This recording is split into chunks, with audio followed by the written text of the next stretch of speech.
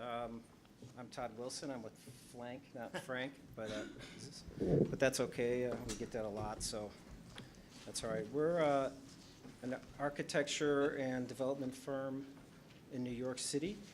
We started in 2002. I joined in 2006. We are mostly Manhattan-based. We do all our developments in Manhattan, but starting around 5 or 6 years ago, like everybody else, we pretty much got priced out of Manhattan, and so we had to start looking elsewhere. So Brooklyn was a logical choice, and so one of our first Brooklyn projects was a giant 300,000 square foot, 20-story hotel over a parking garage with a condo on top, over retail, built over a subway tunnel. So we looked to Williamsburg, Brooklyn for something a little simpler, a little smaller.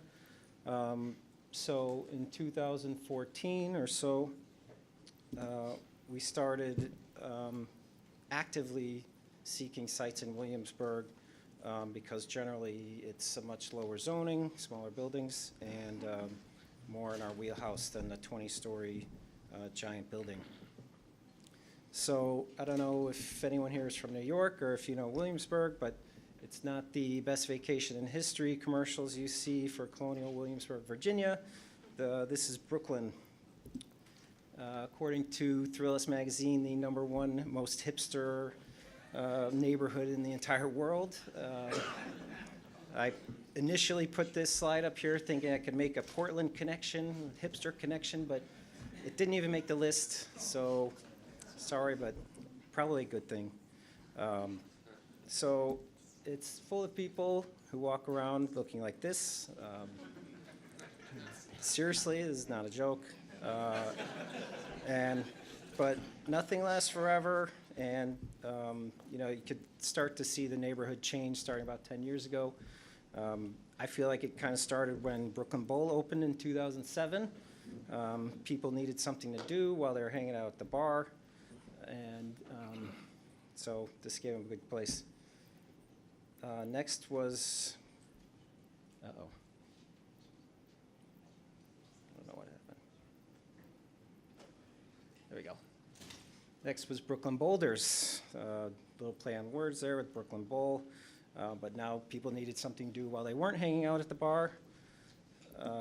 Next is Royal Palms Shuffleboard complex, where it has 2 bars, and people were hard work climbing rocks. They needed to take it down a notch, so this fit in pretty well.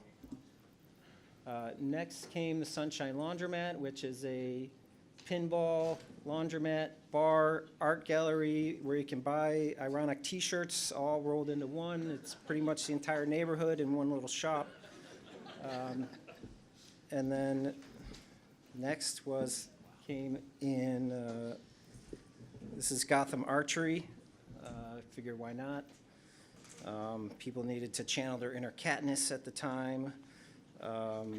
But the problem was there was no bar here, and people needed somewhere to drink while they were trying not to kill anyone. So finally, Kick-Axe.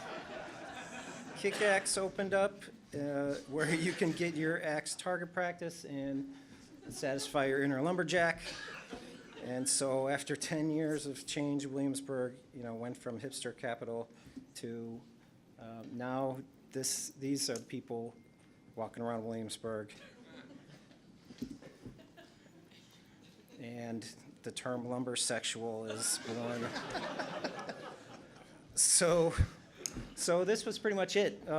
Brooklyn is definitely ready for mass timber. Too bad at the time we didn't know what it was. So in the summer of 15, we started homing in on a couple properties on Wythe Avenue. Very industrial area. We started gathering proposals. We closed on the properties. We hired consultants. We had our kickoff meeting in January 2016. Wythe 1 is a larger parcel. The building we're building there is 100,000 square feet. It's apartments on top of office, on top of retail. We didn't learn much from the hotel subway experience. And then Wythe 2 is a much smaller project. It's just 15,000 square feet office over retail. In the beginning, we tossed around steel. We even tossed around open web steel trusses, which is totally unheard of in New York. But things like intumescent paint is cost prohibitive. And I could not, because we were mixed use, I just could not figure out how to get a UL rated assembly to separate the uses and still leave all the structure exposed. Because, you know, where we were and what we're going for is a very industrial Williamsburg. We wanted exposed structure. We wanted very raw spaces. So ultimately, we settled on concrete was what we're going to build. Kind of just that's what you do in New York. You kind of everyone gets railroaded into concrete. But so it was around this time when. It was around this time when Jeff Spiritos was working with us on our giant Brooklyn project that was built onto the subway tunnels, and my family just moved apartments, and I must have been, I was putting up wood panels all on the walls, and I must have been lamenting to Jeff on how hard it was to get the nails out of the pallets or something, and he came up and said, "Wow, Todd, you must really love wood. You should check out this cross-laminated timber thing. You know, it's great. I'm working with Shop on our tall wood project in Chelsea, and you know, the whole while he's touching my shoulder and moving his hands a lot the way he does, and but at the time he knew nothing about these projects in Williamsburg because we're very tight knit on our new deals. We don't tell anybody about our new deals until you know we're ready to launch them and market them and everything. So even Jeff didn't know about them. So I started looking into it myself and. You know, looked into the code a little bit and, you know, thought this is actually not that far-fetched for these two projects. Maybe Jeff's onto something. So after I determined it was viable, remotely somewhat viable, it really took me about 30 seconds to convince my office that this is what we should be doing.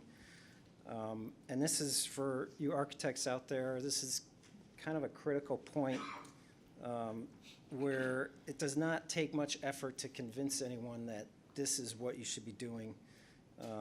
So if you show your clients a lot of pictures and you sound like you know what you're talking about and you convince them that there's no other option, then it shouldn't be that difficult. It was not that difficult to convince people to do this. It helped that I worked for the client. I was the client, but regardless. So Jeff convinced me I should go to this thing called the Mass Timber Conference in Portland 2 years ago. He introduced me to people like Pat Layton and David and Jean-Marc from Nordic, Patrick Holmes from Department of Agriculture, David Barber from Arup, guys from Fastenet, Structure Craft. He was really introducing me to everybody. I felt like he was selling me to Mass Timber and not Mass Timber to me. So little did he know, he had me at hello, as they say. So the entire conference, I soaked in everything. I went to every presentation I could. I stopped at every single exhibit. I took tons of notes, but all while in between, I was frantically researching the code and trying to figure out how could I make CLT code compliant in New York, because it's not, and it's still not today, because of these two key parts. Wood floors shall be sawn or glued laminated planks, half-inch particle board, or planks not less than 4 inches nominal width, set on edge close together. But basically, it's saying NLT is legal, CLT is not legal. So okay, can't do type 4 construction, or in CLT, but Michael Green in his talk that year said if your building is small enough, you can do type 3B with masonry walls and non-rated floors. Great, let's do that. And I did more digging until I got to chapter 23 on wood. The definition of structural glue laminated timber says the laminations need to be approximately parallel. So that was enough. That was it for CLT.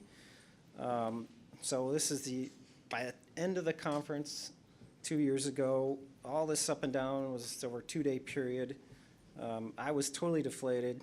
My wife was sick the whole time she was with me, and so I thought I'd go to Box of Ramen and get some ramen for her. And when I was there, I ran into Keith Wen from the New York City Department of Buildings, of all people, and over an awkward thing over ramen, eventually he said, well, why don't you just get a waiver from OTCR?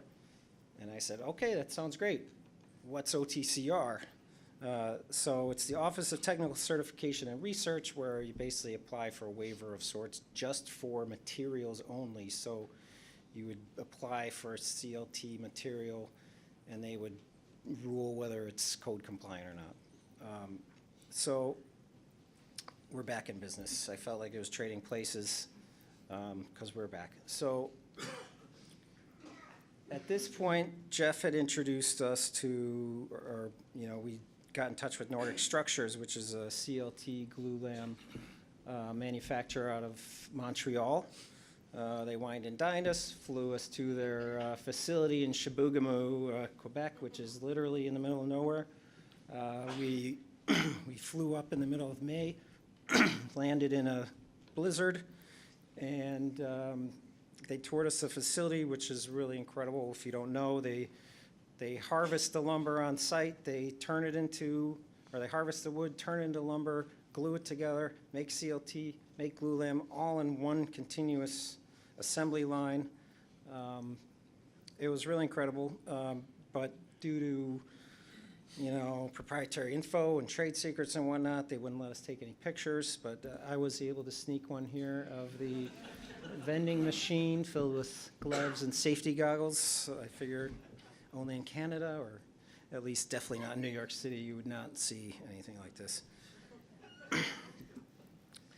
So when we returned, we had to get back to the business of applying for our OTCR application and getting CLT approved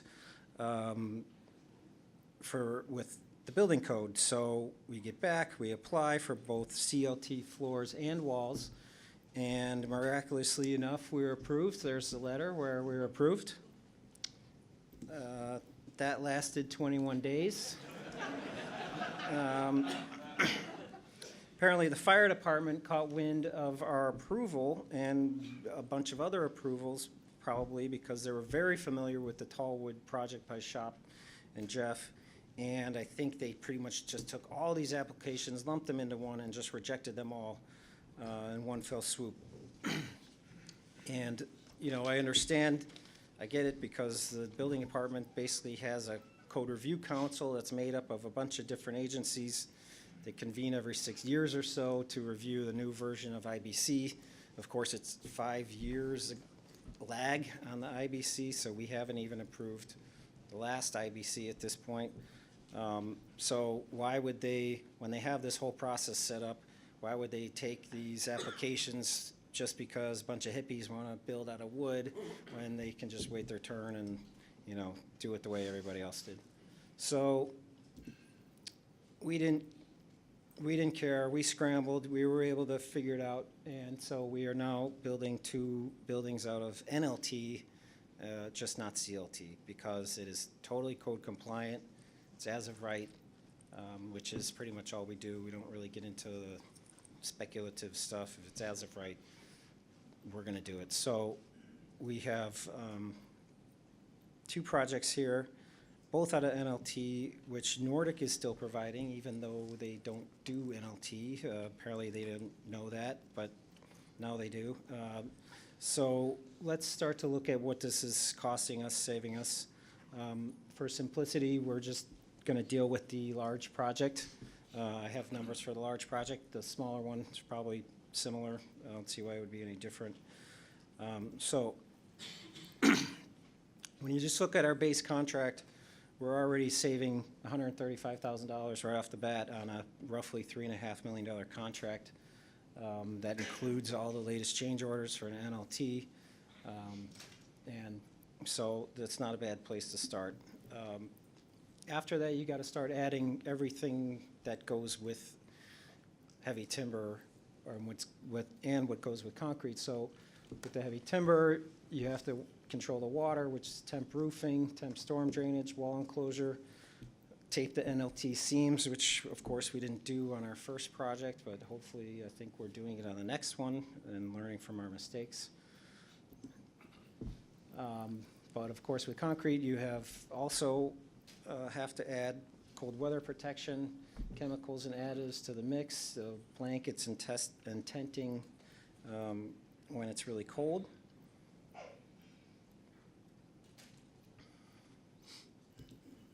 Oh, so sorry, that was, oh, how much was it? So that's 131,000. I guess that would be savings for concrete. So with timber, you know, this might not be the case if you have a much lighter wall system than us. We have brick. Might not, maybe wouldn't recommend that, but so we had to add these steel tubes at the base of every wall that was over setback.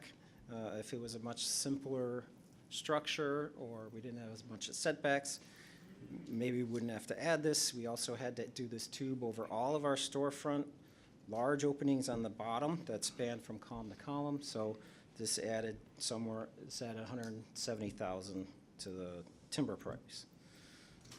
With concrete then is the reshores, and this is pretty much the biggest cost of doing concrete. The reshores, let's see, concrete slab takes 30 days to cure to bring it up to strength to basically be able to pour the floors on top of it and to carry a load after you do the upper floors. So what you get is this forest of reshores that you're left with that are spaced about 4 to 6 feet apart. There's literally hundreds of them. No subcontractor will set foot in there to get any work done. On a high rise, it's not as big deal because 30 days later, the facade falls behind. They all go up together. The duct work comes after that, pipes come after that, and they, you know, you stagger everything, and it's a machine going up the building. But with our little 3-story building and our 5-story building, when you're building a floor a week, and then you have to wait 30 days before a sub will set foot on site, delay not only costs the contractor and GCs, and you know they have to pay guys during that time. You need, you know, toilets and whatnot. So the GC costs were additional 100,000. The amount that the 1.5 months of debt was causing us is 350,000. So all total, you save about 450,000 from just the time aspect of concrete versus timber. With the timber structure, you're required to do stair cores, or at least we are, maybe not. If you could do CLT in other jurisdictions, you could do the stair cores on CLT, but we couldn't. We had to do reinforced CMU on our smaller project. Our larger project is 3 stories of concrete with CMU on top. I believe that's for the sheer capacity of concrete is higher than the CMU, so we had to change that up very late in the game. So that would cost us about $280,000 by doing timber. So in both instances, you would need, we're doing a 10mm acoustic rubber mat for acoustics, but in the case of concrete, you need to level the floors in order to make hardwood floor viable or flat enough. Maybe elsewhere in the country, you don't need the self-leveling, but in New York City, when they're turning out 20,000 square feet in a 4-day cycle, they literally form the columns in day 1, pour the columns in day 2, form the floors in day 3, pour the floors in day 4, and then start all over in day 5. You end up with a skate park of concrete, and so you basically have to suck it up, do self-leveling, because it's cheap, it's expensive, but it's cheaper than the interest that we incur by the concrete taking just 1 extra day in the cycle is more expensive than floor leveling. So on the heavy timber end, on this particular project, we did decide that there is a such thing as too much wood. So we are going with concrete finished floors. That costs us about the same as the self-leveling, so it's kind of a wash. But we do have the savings of not doing hardwood floors because we're just finishing the concrete. Whereas if we had a concrete building, we would never do concrete floors. We would always do hardwood floors. In the concrete end, you end up with ceilings. They're a lot of labor. They're expensive. We still do have some limited areas where we have to do ceilings over bathrooms, and when you do that, you have to add sprinklers because it's a concealed space, so that cuts away a little bit of it. But we're saving about $300,000 by not having to do a lot of drop ceilings with the timber. The care during construction is kind of something that we couldn't really put a number on. Right now, it's really costing us nothing because the contractors are either excited to be working on timber or they're just not telling us that it costs them something. But, you know, it's lining up the pipes so they look nice and they're not just all over the place. It's putting protection on the columns. It's the plumbers are careful when they're putting things up so they don't get greasy fingerprints on all the beams. It's stuff like that. So we're saying it really doesn't cost any extra. So in total, we're seeing a savings of around $500,000. So on a $3.5 million structural contract, that's roughly 15%. But this is actually not really the bulk of where we think the money savings is in our particular project, which is office and apartments. Where we think the most savings is in the marketing effort and how fast we can get tenants in the building. So we're a new construction project, so we are already in higher demand than an older building, but we really can't charge higher rents than, say, a concrete building, even though we're timber. But where we're hoping that we will make more money out of the timber is that over our competition, we're hoping that potential tenants will come to us first because we have a timber structure and it's different, it's cooler, it's whatever. And so if they come to us first, they'll lease faster, and then hopefully we can lease up the building faster. We already have a couple of tenants interested in the entire Wythe 1 building before the timber has even started. So, you know, we think this is probably going to pan out. It looks good for leasing up faster. And, you know, this is kind of what our competition looks like. You have a, you know, cold white box on the top. You have a historic heavy timber structure on the bottom. Ironically, they're both the exact same building, but this is what we're looking at, and we think that a space like the bottom space is going to lease up faster than the top space. So we're pretty much doing that. We're just doing it new construction. So this is a rendering of our larger Wythe 1 offices. I don't really think I need to go into detail here about the benefits of heavy timber. There are other, you know, we've been hearing it all day yesterday, all day today. You know, the psychological effect, the low VOCs, the carbon capture, the sustainability, the thermal mass, all those things. But it really just is a nicer space in many ways. So here, okay. So here's where I break down the savings and the lease up. So on top is the way we modeled it and the way we show our lenders and our investors. We forecast at the beginning of the project that it would take a full year to lease up the building. You know, Michael Marks yesterday from Katera said that to some degree, developers underwrite what works, they show it to the bank and then walk away, which is kind of what we do. Since we've never updated our model to show the mass timber, but we're still counting on doing it considerably better than what the model shows. So this line here shows us leasing up in 8 months instead of 4, and you can see the difference. The increased revenue we make is $800,000 just from the 4 months of full rents versus partial rents. If we can lease up in 6 months, our increased revenue is $1.2 million, just based on more months fully leased. So in our base model where net cash flow is negative, if we're able to lease up faster, we're $700,000 in the positive during that first lease up year. Everything after that would be the same either way. So when you add that to our construction costs, we're up to roughly $1.5 million in increased revenue on, yeah. So I think that is about 4 to 5% of the total of our $35 million construction contract. So what I'm not talking about here is what we'll save by refinancing our loan 5 to 7 months earlier. I'm not getting into that since when my colleague talked to me about it, he started talking about the capital structure of the lease-up period versus the capital structure of the stabilization period, and my head pretty much exploded, so I don't really want to get into that. I think it costs us roughly $220,000 a month in interest, so if 5 to 7 months we're able to knock that interest out, you can almost double this. Whoops. You can almost double this cost or this savings.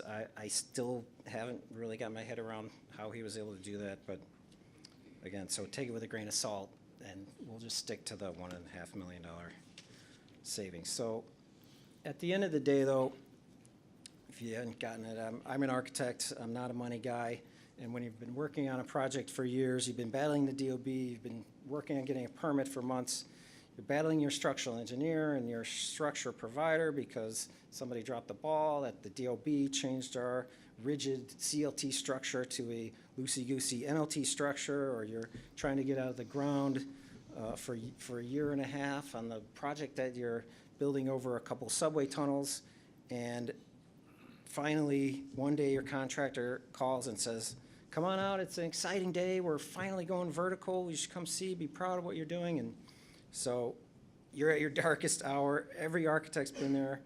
Maybe that's just me, I don't know. Maybe it's a developer thing or an architecture thing, I don't know. But at this point, when you go out to the job site and you're excited, do you want, whoops, I spoiled it. Do you want to see this, tripping over everything with this miserable cave of dripping water and everything? Or, do you want to see this? And so, you walk in, it's truly a beautiful space. Here it's not, but, everything about it, it just feels right. Or, you walk around the corner after getting off a miserable G train ride and you turn and this is what you're presented with. It feels a lot better than when you see concrete. Or you get to the site and you can actually see progress unfold in front of your eyes, which is something that rarely happens in New York City. You actually feel like somebody is accomplishing something, but even though they're not really accomplishing much. But the panel did lay flat, finally, after a chainsaw was implemented. So this is 4 days later. Oh, no, sorry. This is 2 weeks later. This is after a long Canadian holiday that nobody told us what about until the week before the Canadian holiday. And then this is 4 days after that, and I think this is complete. It looks like it's complete. So this is our ground floor retail space. This is, I think this is 17-foot ceilings. This is our second floor office space with a terrace. This has 13.5-foot ceilings. And this is our top floor. I think it has 12.5-foot ceilings. They're just magnificent spaces. It's hard to describe, what they feel like when you're actually inside. This is our pan for New York City skyline on the 3rd floor. And then I'm done. Putting this all together, I noticed there's a screw sticking out, so I don't know if David's here, but we gotta get on that screw sticking out. And so that's about it. Start to finish, they completed 3 stories in about a month, including holidays and a couple of snow days. I was hoping to have some photos of our larger project because they've been ready for 3 weeks to start with the timber. The timber is ready and waiting, but we've been back and forth with the city on trying to get a crane permit. So I'm going to have to leave it here. That's it. Thank you.